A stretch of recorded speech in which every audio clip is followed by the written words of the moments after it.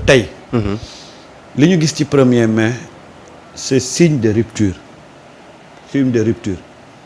Pour la première fois on voit un dialogue franc entre les tenants du pouvoir et les syndicalistes parce que boo gisee relation yëpp délétère woon ci diggante syndicat ak pouvoir c'est parce que c'était un jeu de dupes.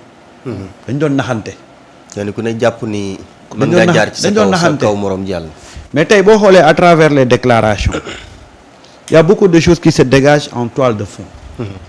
benn bi mooy on va plus accepter ce jeu bi nga xam ne da doon am mooy jël quelques barons des syndicats xëcc leen jox leen ay privilèges au détriment des travailleurs.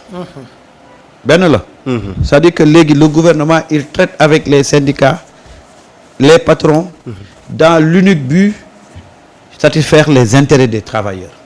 parce que loolu dafa am solo boo gisee suñu régime yi fi doon dem yépp pour étouffer un peu le mouvement syndical. dañ doon jël les ténors les chefs. yi diriger syndicats yi ñu jox leen ay privilèges nekk ak ñoom pendant ce temps les travailleurs souffrent. def du favoritisme. voilà léegi nag yooyu tey boo gisee li am nga xam ne dootul amati loolu dootul amati c'est-à-dire que on aura un rapport boo xam ne la cay am solo mooy l'intérêt du travailleur. L'intérêt des travailleurs. kooku ça marque une rupture. Deuxième chose. état bi ak syndicat yi ni ñu doon demee mooy bu élection jubsee syndicat bi def pression état bi def ay promesses yoo xam ne da koy wóor ni du ko remplir. mais dafay gérer une période électorale bu ñu xasee ba romb période électorale boobu état bi dootul waxati dara ci revendication yi su ko defee nag mooy indi syndicat yi di déclencher ay grève mais ñii dañoo ñëw pour won leen ne nañu jël lépp teg ay affaire de chantage ak ay affaire de naxanteeg ay affaire de ce jeu de dupe là nañ ko jël teg ko fële. ñu entretenir des rapports très francs. ngeen wax seen situation fi liggéeykat yi toll. ñun ñu wax leen ñun suñu situation fan la toll. ànd góor ak nawle. bu ko defee. lépp loo xam ne dañ koy diggee. en fonction de seen revendication.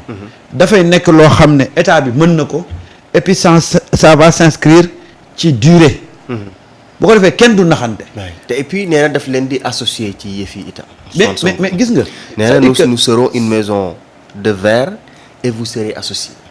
c'est-à-dire que gis nga dafa am ay association yoo xam ne.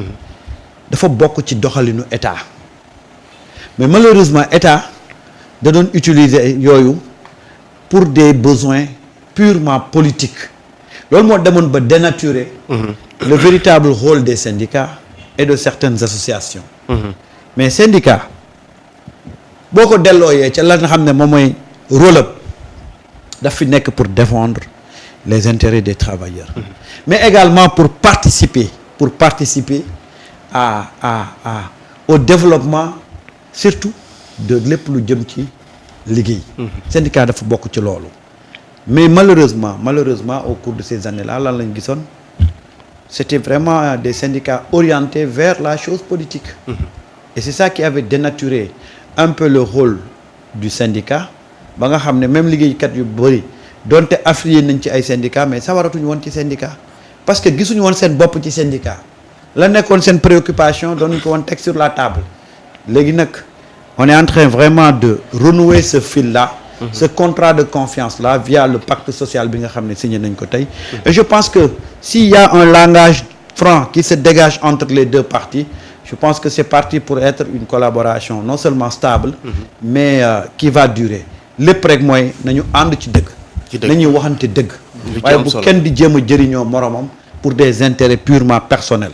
bu ñu ko defee rek après dañuy delluwaat ci cycle bi. et puis mi ngi sàkku à ce que ces ministres ñu ouvert ñu ubbi porte yi di tontu message yi ak itam di waxtaan ak ñi nga xam ni ñoom la ñu war a waxtaanal jàpp na ni loolu su amee réeroo mën naa am ba yeneen di ci topp. non c'est-à-dire que gis nga dans un pays dialogue dafa war a nekk quelque chose de permanent. loolu la président c'est-à-dire que même s'il n'y a pas de situation de crise on doit toujours se parler c'est comme dans une maison si bu ngeen di waxtaan lu bari mais réeroo bu bari di ngeen ko gindi C'est-à-dire que comment on peut être dans une communauté et ne pas se parler? Mais ñun dañu demoon ba quand tu es avec moi tu es mon ami, quand tu n'es pas avec moi tu es mon ennemi. Et un pays ça se passe pas comme ça. On peut ne pas être d'accord mais ça doit pas rompre le fil du dialogue. Mais fii Sénégal dañoo demoon ba boo ànd ak man yaay sama waay boo àndut ak man sama ennemi nga dama lay mettre en quarantaine alors que c'est pas comme ça. Gis nga le débat contradictoire dans un pays mooy tax dëkk bi du mos a frôler la violence parce que gis nga dëkk su dialogue ab manqué su waxtaan manqué dafay mel ni rek cin boo xam ne da nga ci def ndox wala nga def ci soos dëpp ko buy baax rek day tuuru.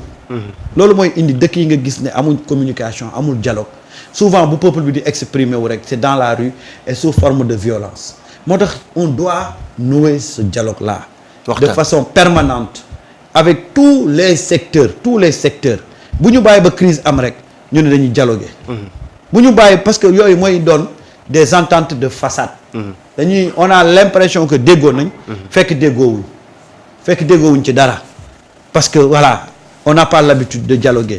Mais je pense qu'aujourd'hui, il faut dialoguer. Et dans le dialogue, il faut tenir un langage franc. saa waay boo amee juróom waxal waa ji ne ko juróom laa am mu xam ne juróom nga am bu ko defee buy poser revendication am ci diggante dërëm bi ba ci juróom bi ci fourchette boobu la koy poser mais bu fekkee ne yow da ngay ñëw parce que tu as des intérêts purement électoralistes lu mu wax nga ne on va le faire lu mu wax nga ne on va le faire lu mu wax on va le faire mooy indi.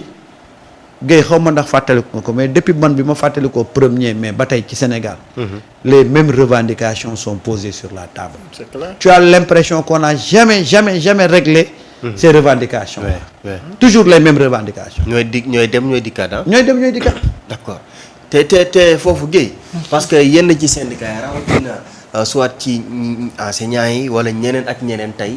dañuy entamer des fois ay grèves yoo xam ne dañuy dem ba paralyser des fois année bi wala secteur boobu noonu mais par la suite dañuy dikkaat tegaat ay promesses après ñu tegaat lépp ci suuf dafa mel ni ñi ci daan gën a perte souvent mooy xale yi wala sénégalais yi tey lii am ni comme li doyen Samba wax sànq yaakaar naa que ni am na rupture bu ci am par rapport ak yenn yi nga xam ne ñoom la ñu daan gis. mais c'est clair ça rupture la. et li ko indi wax naa ko sànq mooy que njiit yi fi ne tey ils préfèrent ñu dem ci dëgg.